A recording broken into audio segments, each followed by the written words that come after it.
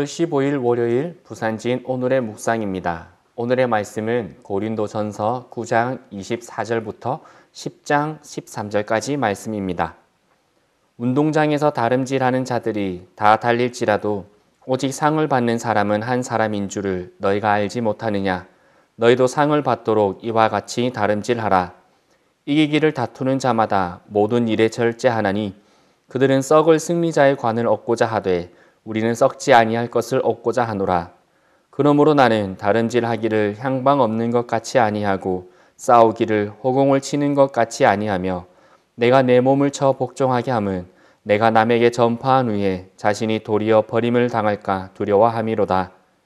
형제들아, 나는 너희가 알지 못하기를 원하지 아니하노니 우리 조상들이 다 구름 아래에 있고 바다 가운데로 지나며 모세에게 속하여 다 구름과 바다에서 세례를 받고 다 같이 신령한 음식을 먹으며 다 같은 신령한 음료를 마셨으니 이는 그들을 따르는 신령한 반석으로부터 마셨음에 그 반석은 곧 그리스도시라. 그러나 그들의 다수를 하나님이 기뻐하지 아니하셨으므로 그들이 광야에서 멸망을 받았느니라. 이러한 일은 우리의 본보기가 되어 우리로 하여금 그들이 악을 즐겨한 것 같이 즐겨하는 자가 되지 않게 하려 함이니 그들 가운데 어떤 사람들과 같이 너희는 우상 숭배하는 자가 되지 말라. 기록된 바 백성이 앉아서 먹고 마시며 일어나서 뛰논다 함과 같으니라. 그들 중에 어떤 사람들이 음행하다가 하루에 23,000명이 죽었나니 우리는 그들과 같이 음행하지 말자. 그들 가운데 어떤 사람들이 주를 시험하다가 뱀에게 멸망하였나니 우리는 그들과 같이 시험하지 말자. 그들 가운데 어떤 사람들이 원망하다가 멸망시키는 자에게 멸망하였나니 너희는 그들과 같이 원망하지 말라.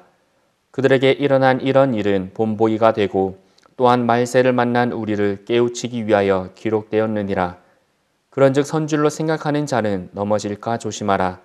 사람이 감당할 시험 밖에는 너희가 당한 것이 없나니 오직 하나님을 믿부사 너희가 감당하지 못할 시험 당함을 허락하지 아니하시고 시험 당할 즈음에 또한 피할 길을 내사 너희로 능히 감당하게 하시느니라. 아멘.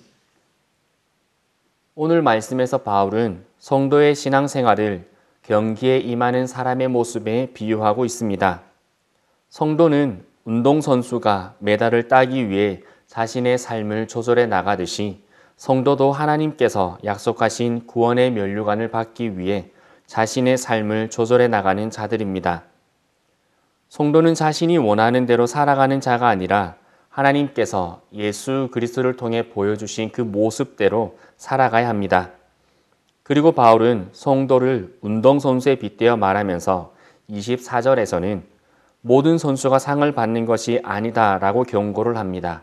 이는 주님께서도 마태복음 7장에서 말씀하셨듯이 나더러 주여 주여 하는 자마다 천국에 들어갈 것이 아니요 다만 하늘에 계신 내 아버지의 뜻대로 행하는 자라야 들어가리라고 하신 말씀과 연결됩니다.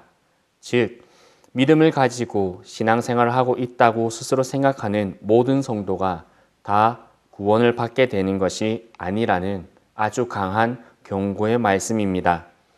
그래서 바울은 이 모든 것에 대한 승리를 위한 한 가지 중요한 원칙을 말하고 있는데 그것은 바로 절제입니다.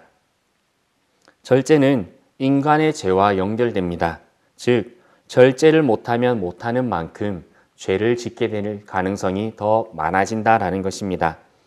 에덴 동산에서 인류 최초의 죄악이 행해질 때도 선악과의 보암직함과 먹음직함에 대해 참지 못한 결과가 결국 죄로 이어졌습니다.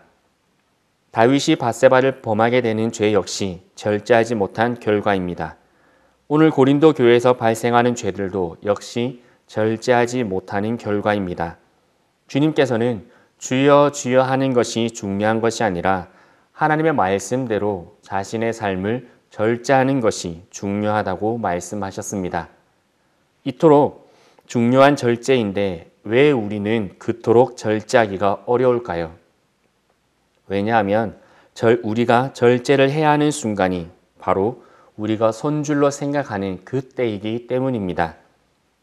절제는 멈춤으로 표현할 수 있습니다.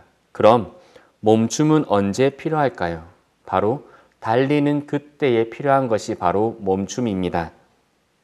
내가 무언가 되고 있는 것 같고 내 삶이 무언가 평탄해지고 평안해지고 있는 것 같은 그 순간, 오랫동안 나를 괴롭혀 왔던 문제가 해결되어지는, 그래서 무엇인가 이루어질 것 같은 그 순간이 바로 달리는 순간입니다.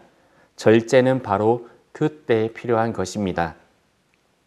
바울은 이를 설명하기 위해 이스라엘의 출애굽 시대를 예로 듭니다. 이스라엘이 출애굽하여 수많은 기적을 경험하고 신령한 음식을 먹던 그때에 그들은 절제하지 않고 죄악을 즐겼습니다. 우상을 숭배했으며 음행했으며 하나님을 시험했고 원망했습니다. 그리고 그들은 모두 하나님께서 약속하신 가나안 땅에 들어가지 못하고 그 광야에서 멸망했다라고 바울은 이야기합니다. 우리에게 절제가 어려운 이유가 바로 이것입니다. 우리가 힘들 때에는 절제를 잘합니다.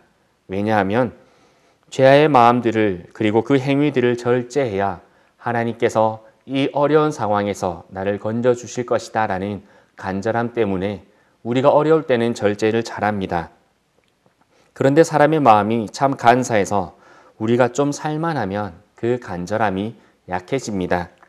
숨 좀 돌릴만 하면 언제 그러냐는 듯이 무엇인가 우리 안에서 신앙의 느슨함이 생기게 된다라는 것입니다.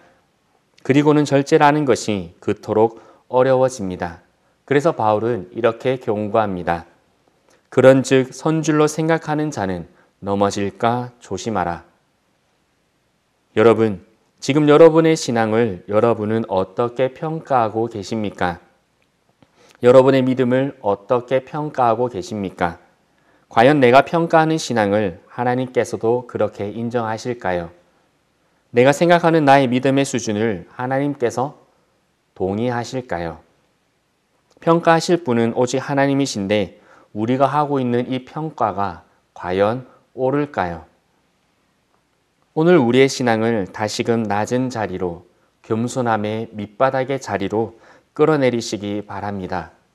바울은 끝까지 달려갈 수 있었던 그 이유를, 그 비결을 절제의 삶을 놓지 않았던 것으로 이야기합니다. 그는 자신의 신앙과 믿음에 이렇게 고백합니다. 내가 내 몸을 쳐 복종함은 내가 남에게 전파한 후에 자신이 도리어 버림을 당할까 두려워함이로다. 그는 자만하지 않고 언제나 하나님 말씀 앞에서 겸손과 두려움으로 살았습니다.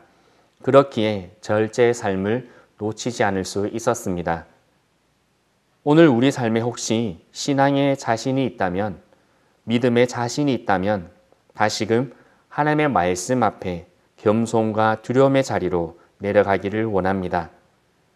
그래서 우리의 신앙의 경기가 끝나는 그날까지 절제의 삶을 놓치지 않고 최후 승리를 위해 달려갈 수 있기를 소망합니다. 그렇게 달려가는 자들에게 주님께서 이적과 기적으로 그의 삶을 인도하실 줄 믿습니다.